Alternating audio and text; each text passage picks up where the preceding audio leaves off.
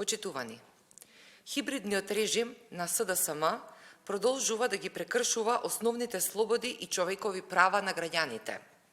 Имено, денес во Собранието на Република Македонија беше закажана првата седница на Постојаната анкетна комисија за заштита на слободите и правата на граѓаните, на која што на дневен ред беше разгледувањето на преставката од граѓанинот Горан Јовановски од Тетово. Преставката на Јовановски се однесува на неможноста да се врати на своето работно место во Агенцијата за вработување поради директен мобинг, политичка нетрпеливост и реваншизам од страна на надлежната директорка.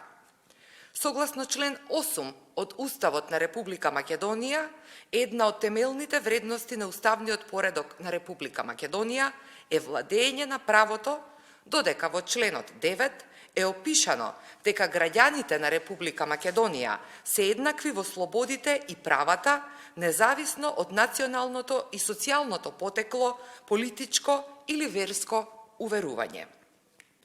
Пратениците на владеачкото мнозинство, предводено од СДСМ денес, не се појавија на закажаната комисија, со што пред целата македонска јавност го покажаа своето вистинско лице и својот однос спрема почитувањето на основните човекови права и слободи.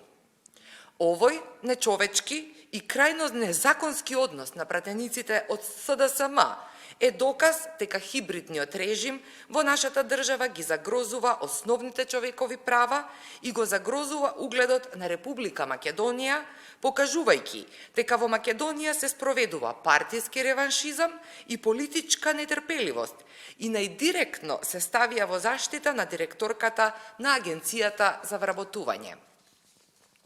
Правата на граѓанинот Горан Јовановски се заштитени со низа на закони, кои што му ја гарантираат работната позиција, како и правото да напредува во својата кариера. Законите во Република Македонија мора да важат за сите подеднакво, а Собранието и пратениците имаат обврска како представници на граѓаните да ги бранат и почитуваат нивните права, а не да спроведуваат партиски интереси со кои што ја загрозуваат кредибилноста на функцијата пратеник. Апелираме до претениците од парламентарното мнозинство, наместо само да зборуваат за почитување на основни човекови права и слободи, да се појават на комисијата и со своето присуство да дозволат овој граѓанин да го добие своето загарантирано право.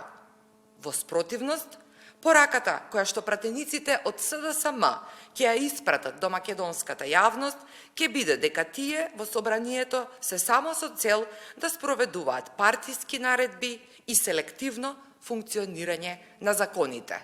А тоа ќе се согласите сите е недозволиво. Ви благодарам.